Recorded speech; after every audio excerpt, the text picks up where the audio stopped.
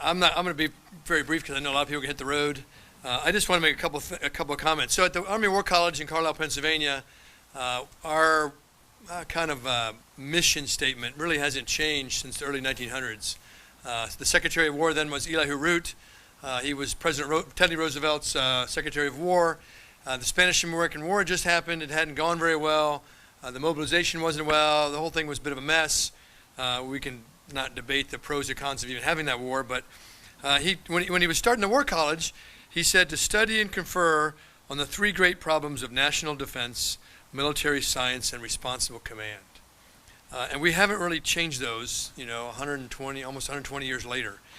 We might use slightly different language, right? And you think of how much the world order has changed from 1900, 1902, between now and then, but we still kind of use them.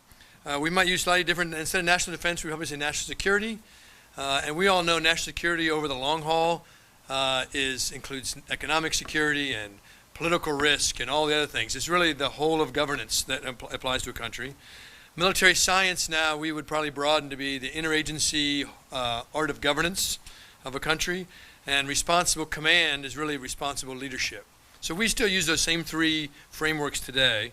And I think that came out during the talk for the last 2 days. One of the things that I think is most powerful about these kind of events, and it came out, is about the long-lasting relationships that really matter. So at the Army War College, we have 80 international students a year. Used to be 40. In about 2013, then Chief of Staff General Odierno says, you know what, we need to have more because long-lasting relationships matter, and you don't build a long-lasting relationship in one day. You don't have to live together for years on end, but if you don't see them, connect with them over time, then you miss out. So we have a typical year 80 international students from about 75 or 76 countries. And it reminds you that and some of those countries are sometimes slightly in or out of favor, right? Because combatant commanders have different roles. Who's the priority? There's how many countries in South America and Africa and Europe and Asia, and you only have an 80, so not everybody's coming every year. We have administrations that change, and one of the things we try to do is go, look, these are long-term relationships. And what's kind of fascinating, as you see, is the military to military connections actually sometimes get stronger when you see a civil to civil divide a little bit. When the newspapers tend to have countries, our leaders arguing back and forth, doesn't have to be presidents, prime ministers. It can be below that level. The military tends to go like, yeah, well, that's our bosses, but we can still get along, right? Which is actually really powerful, right?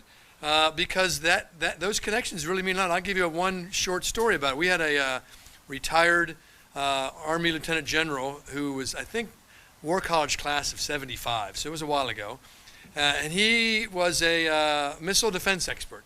In the early 80s, when India and Pakistan were kind of bubbling up in one of their very first nuclear power kind of conflicts, he was telling a story where he was the U.S. Army, the military person that went underneath the U.S. diplomat to go sit down with India and Pakistan to try to, talk a little bit and make things de-escalate.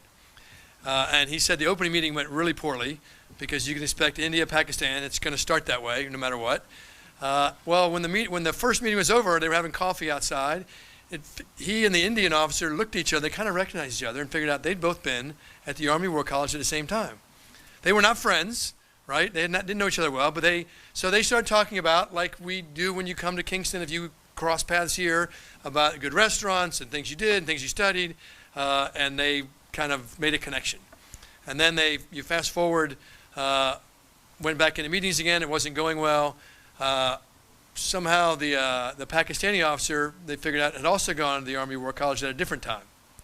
So then they started having the same conversation. So the three of them, in the end, his story was, they knew kind of what their bosses might accept and tried to help frame a way that would help get to a yes where it would de-escalate things, right?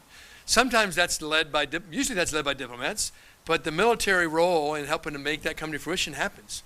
And it often only happens because of relationships, because we know who ultimately suffers when the first days of things going south. So I just highlight to say why these things are so valuable.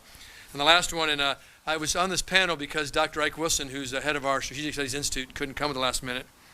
But he talks about enlarging the context, which isn't unique to him, but I think it applies to what this event kind of does. And it's credited to Jean Monnet back in the 40s, who really was the founder of the concept for the EU in many ways. And he said, whenever faced with what appears to be an intractable problem, enlarge the context, right? And that's really what I think a lot of the people here did, the last 2 days have kind of done is when you tend to argue over the mundane, well, I say mundane, really kind of small, you're playing small ball a lot of times.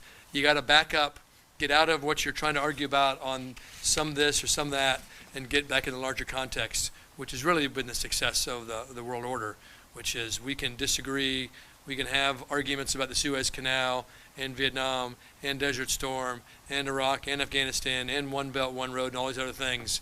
But if we're kind of all moving towards somewhere between true north and magnetic north, we'll probably be okay.